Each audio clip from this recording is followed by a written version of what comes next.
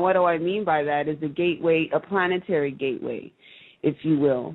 If you look at this year, Anthony, a lot of alignments are happening that don't normally happen, and they've been happening for the past, I guess you could say, 10 years. But this year especially, a lot of unusual things happening in the sky. To me, there is no coincidence to that. For example, we had a supermoon, all of these like really strange lunar eclipses and, you know, planetary alignments. There's something to that. As there's an old saying in the occult called as above, so below. And we're all affected by each other. Our environments are affected against each other.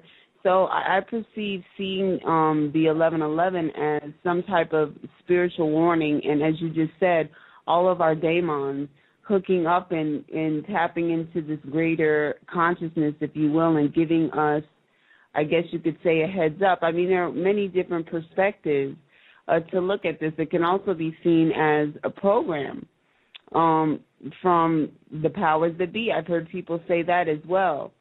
There are so many different realities that are unseen to the layman, to the average person, if you will. And there is also the possibility that this could all be, I guess you can say, scammed to sort of kind of draw people in a negative type of sense, a controlling mind control type of sense, and that's a possibility as well. At this point, it's very hard to say, but I guess we'll just have to ride the boat to see what manifests. But the environment that we're in, I mean, correct me if I'm wrong, Anthony, there are a lot of crazy things going down in the environment and with people, right?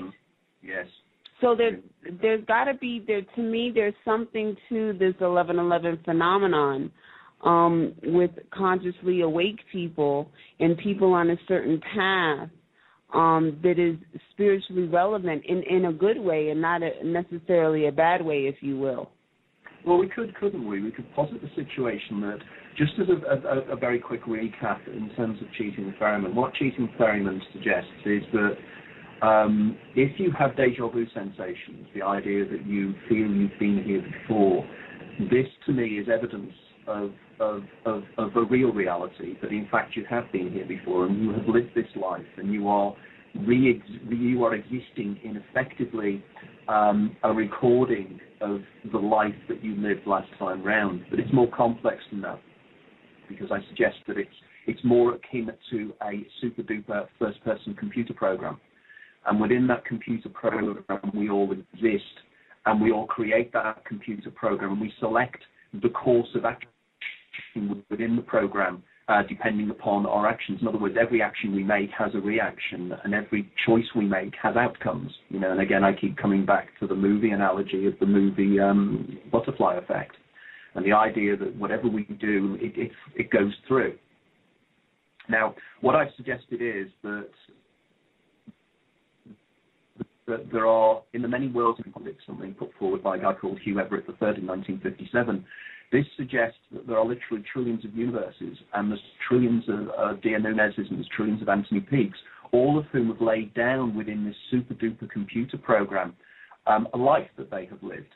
So indeed, a version of you will have already recorded every single outcome of every decision of your life. So within this huge computer program, which other people would call the Akashic Record, and indeed an associate of mine, Irvin Laszlo, does the science of this and suggests that this is to do with a substance called zero-point energy and a zero-point field. This contains all the information that is possibly available, and because we think about it in greater detail, effectively everything around us is information. We perceive reality from information. Everything is digitized and processed by the mind. Indeed, I recently did a wonderful interview with a guy called Tom Campbell, and Tom Campbell has written a series of books called My Big Toe. And again, Tom Campbell suggests that we are existing within an amazingly complex computer program, and the computer program allows us freedom within it and freedom of action. Now, let's imagine the scenario that 70% of us that have deja vu sensations are indeed living our lives again, which means that 70% of humanity's daemons, 70% of the higher selves, on this planet are very aware of what's going to happen next. In other words, they know how things are going to pan out within this particular world, within this particular version of the many worlds interpretation. And they're starting to feel that we need to influence the behavior of our eidolons, or lower selves. And the only way they can do that is by through dreams, communicating through hints, nudges, or whatever. And again, those people out there that have read my books know that what I suggest is, depending upon how wide the doors of perception are open within our own communication channels between the eidolon and the daemon, is how effectively the daemon can communicate. But for most of us, the daemon cannot communicate verbally, as it does with many people, as it did with Joan of Arc and very many historical characters such as Socrates. But for most of us, it can't communicate directly in that way. So it has to do it in other ways. Now, some of us, it does it in dreams. As you were saying earlier on, you've had some very, very vivid dreams. And people have precognitive dreams. You read the work of people like J.W. Dunn in his wonderful book, An Experiment with Time. You will find that precognitive dreaming has been known for centuries. It's something people do, and indeed it has been argued that most dreams are precognitive. It is just that we mix up the symbolism and we miss the symbolism of the dreams. So here we have demonic guidance, as it were. Now, could it be that the demonic guidance for most of us could either be 1111 prompt phenomena? It could be various things that just makes us see attention. So the question is, what is it that's worrying them? Now, I don't know if you've read a series of books that were written in the the 1970s and into the 1980s, called the Riverboat series, which was written by a science fiction writer called Philip Jose Farmer. Now, the intriguing line of those books was, it's a wonderful idea, and in it you have, at the start of the novel, you have the character, and I think it is based upon the guy that translated the Rubaiyat of Omar Khayyam, whose name has escaped me, Richard Burton. Richard Burton, who was an English explorer. And the main character is Richard Burton, the English explorer, and he's dying.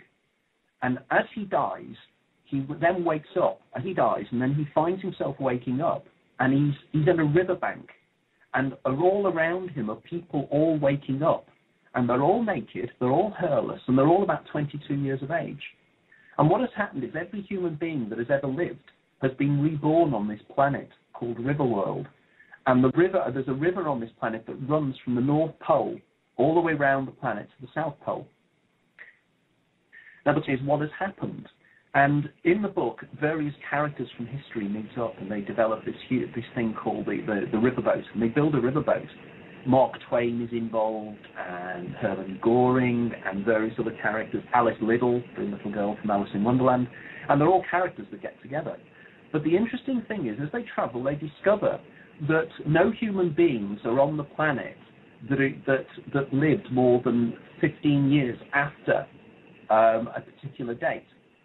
So it is clear that some kind of disaster took place with humanity. Humanity seemed to be wiped out.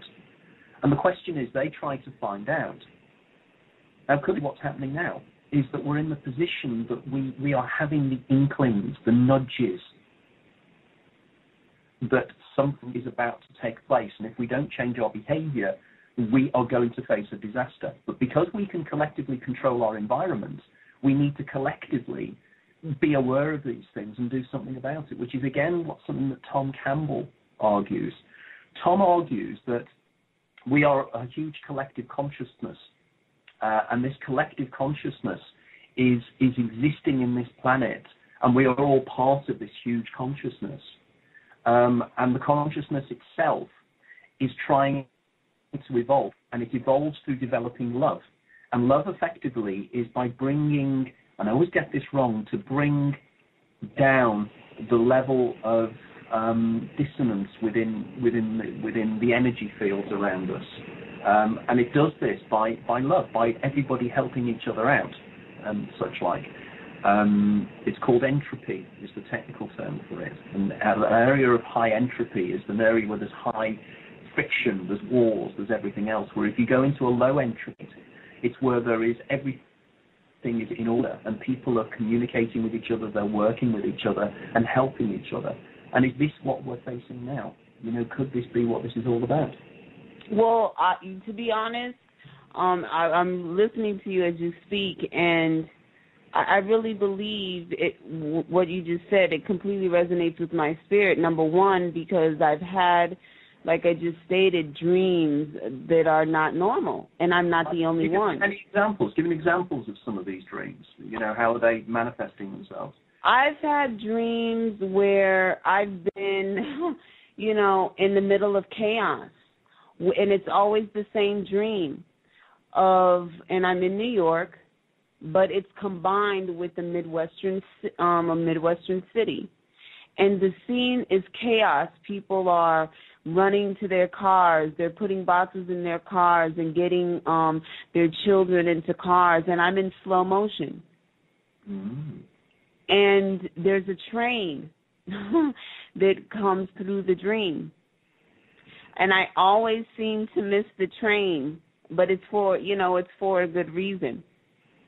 And as the train is coming through, the skies get extremely dark. And as the train is going through and the skies get extremely dark, all of a sudden I'm in my childhood home where I grew up at. And my grandmother's there waiting for me. And then I wake up. And this has been a reoccurring dream with the chaos, with the train, and things of this nature. And I decoded this dream and talked to many other people. And, their dreams have been similar in many ways with the chaos, with people trying to escape some type of event. I've also had that same dream. It's always the same scene, but sometimes the environment is different. It's been in fire. There's a scene in Knowing. I don't know if you've ever seen that movie where fire engulfs the whole planet. And it's chaos. It's like that. It's quite El Bizarro. And I've had, like I said, I've talked to other people. They've had the same type of scenario. And not only that, Anthony, I've talked to artists. And as a matter of fact, one of the artists that was on the HBO network, him and his partner, is his painting partner, Safety Terms, and James Lightbuilder, a.k.a. Ross Terms, in Oakland, California, are drawing from a metaphysical standpoint. And, they're basically getting the same information that you just stated. So there's something to this phenomenon. It's not, it could be a fluke, but the chances are highly unlikely, if you will. Mm. That's just my own personal opinion. And another thing, if we look at the number 11, it's a master number, which is quite significant. And it really deals with the unconscious aspect, the dreamer, the duality, the dualism, the inner conflict, the choice. You can either take this road or you can take this road. It's the edge between greatness and self-destruction. Basically giving the potentiality, if you will, for growth, for stability and personal power that lies within the acceptance of the intuitive understanding and the spiritual truths. So basically, it seems to me that these numbers coming up are clearly showing us that there are two roads. There's a choice that can be taken. We are the pillar in between, the invisible pillar in between the number 11. Mm-hmm. And now that's interesting, isn't it, for two reasons, really, in the sense that if you look at the numbers of 11, they are like pillars. They're going straight up and straight down. They reflect each other. The number 11 looks like two figures reflecting each other. And on top of that, is it some kind of clue about digital information as well? Because, is it 1 and 0? Are the baselines of the whole digital revolution that we live within at the moment. The reason that you and I can speak at the moment and the reason that we can see our computer screens is literally just the streams of 1s and 0s. Very similar to the start of the movie The Matrix. Oh, absolutely. Absolutely. And if you think about it, Anthony, do you think, I mean, this is going to sound really ludicrous to some people, but I really believe this. The universe is created of numbers, a binary system.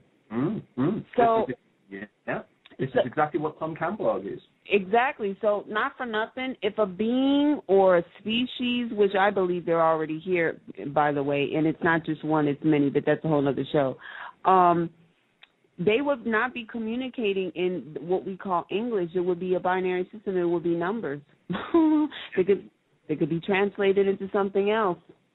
Yeah, absolutely. The only universal language, as I recall, I think when was it Mariner or Voyager?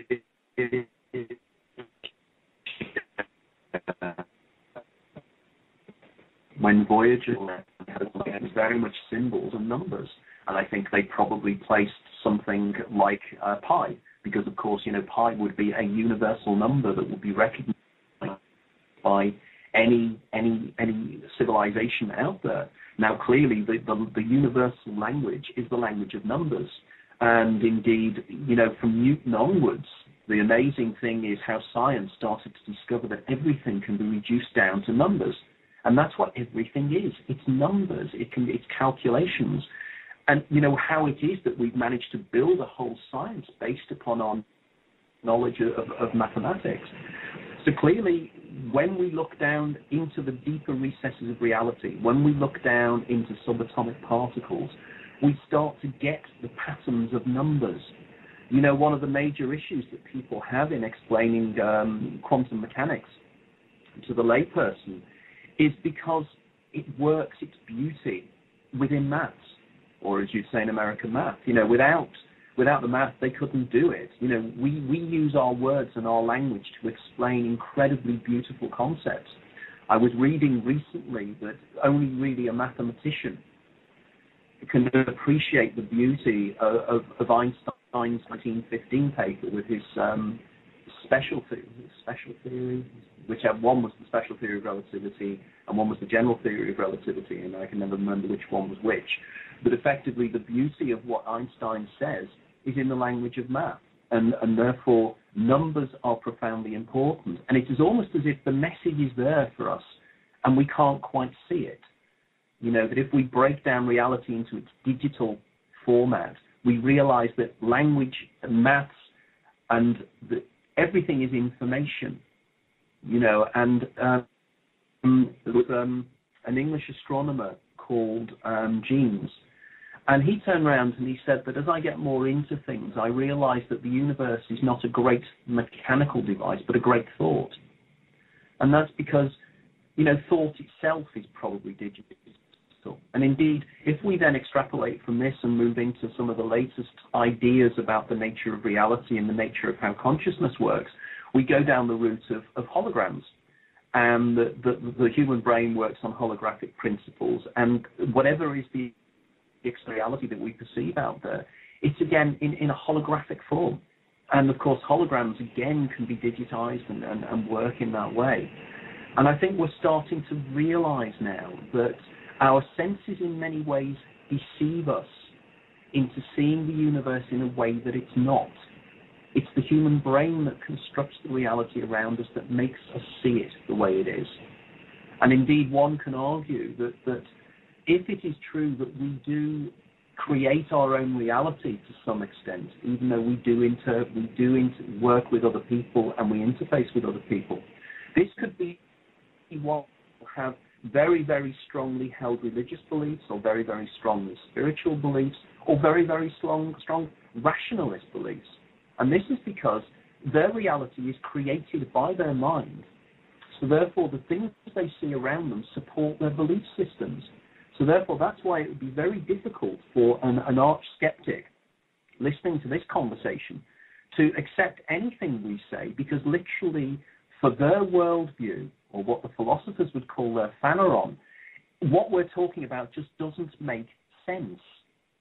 Whereas to anybody who's ever had a noetic experience, anybody who's had a precognition, had a precognitive dream, had an out-of-the-body experience, had a sense of wonderment at looking at a sunset, sees the world in a very, very different way from the mechanistic way